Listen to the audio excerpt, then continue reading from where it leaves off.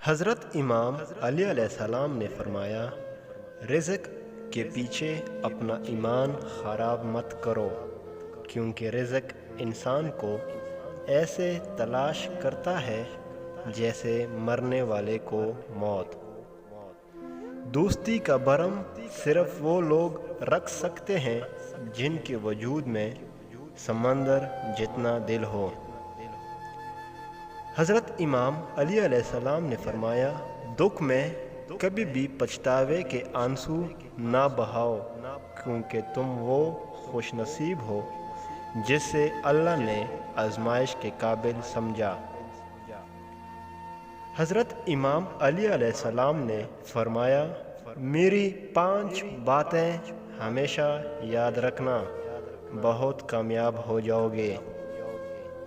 پہلی بات، اللہ تعالیٰ کے علاوہ کسی سے کوئی امید نہ رکھنا، کیونکہ اللہ پاک کے علاوہ کوئی ذات نہیں جو کہ تمہاری امیدوں کو پورا کر سکیں۔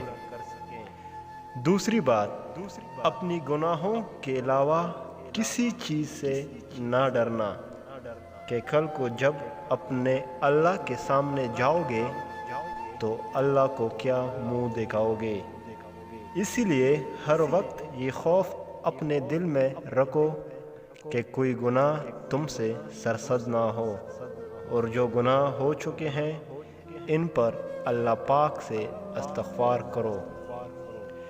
تیسری بات یہ ہے کہ اگر تم سے کوئی ایسی بات پوچھی جائے جس کا تمہیں علم نہ ہو تو یہ کہتے ہوئے نہ شرمانا کہ میں نہیں جانتا۔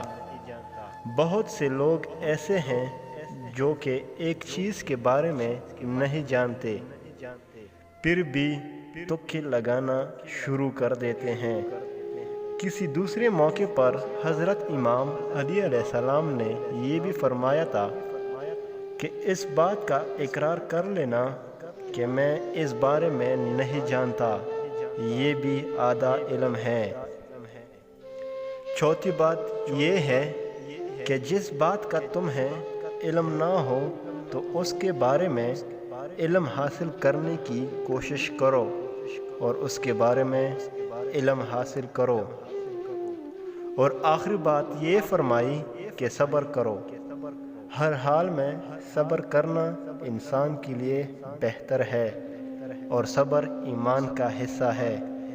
بلکہ یہاں تک فرمایا کہ صبر کا مقام ایسا ہے جیسا کہ بدن میں سر کا مقام ہے۔ معلوم ہوا کہ صبر کا مقام ایمان کے ساتھ بڑا گہرا تعلق ہے، اسی لیے چاہیے کہ صبر کا دامن کبھی نہیں چھوڑنا چاہیے۔